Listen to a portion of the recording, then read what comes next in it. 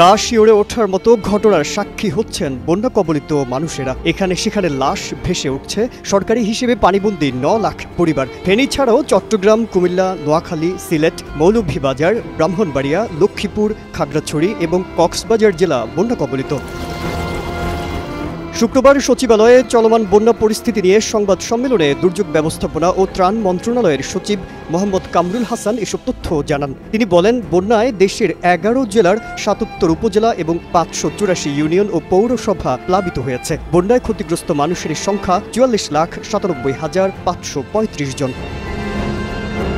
কামরুল হাসান জানান, এখন পর্যন্ত 3,160টি আশ্রয়কেন্দ্র খোলা হয়েছে। এসব আশ্রয়কেন্দ্রে 1,88,739 জন আশ্রয় নিয়েছেন। 11 জেলার ক্ষতিগ্রস্তদের চিকিৎসা সেবা প্রদানের জন্য মোট 637টি মেডিকেল টিম কাজ করছে। ক্ষতিগ্রস্তদের মাঝে দুর্যোগ ব্যবস্থাপনা ও ত্রাণ মন্ত্রণালয়ের পক্ষ থেকে নগদ 3,52 লাখ টাকা, 20,150 টন চাল ও 15,000 খাবারের প্যাকেট বিতরণ করা হয়েছে।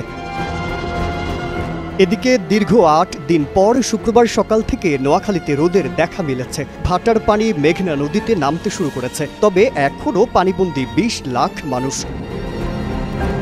পানিবন্দী অবস্থা যত দীর্ঘ হচ্ছে, বন্যা কবলিত মানুষের হাহাকার ততই বাড়ছে। সাহায্য চেয়ে অনেকে সামাজিক মাধ্যমে আকুতি জানিয়েছেন। এক অসহায় বাবা লিখেছেন, আল্লাহ হেফাজত করুন আমার স্ত্রী কন্যাকে। কেউ ফেনী সদরের লালপুর বা আশেপাশে থাকলে দোহাই লাগে হেল্প করুন। হুসাইন আজাদ নামে এই বাবা চাকরি সূত্রে থাকেন রাজধানী ঢাকায়। স্ত্রী সন্তান সহ পরিবারের বসবাস ফেনীতে। হঠাৎ দিনের ব্যবধানে বন্যা পরিস্থিতির এতটা অবনতি হবে তা ভাবতে পারেননি তিনি। এমন অবস্থা দাঁড়িয়েছে যে পরিবার বা এলাকার কারোর সঙ্গেই যোগাযোগ করতে পারছেন না। কাজ করছে না মোবাইল নেটওয়ার্ক, চলছে না ইন্টারনেটও।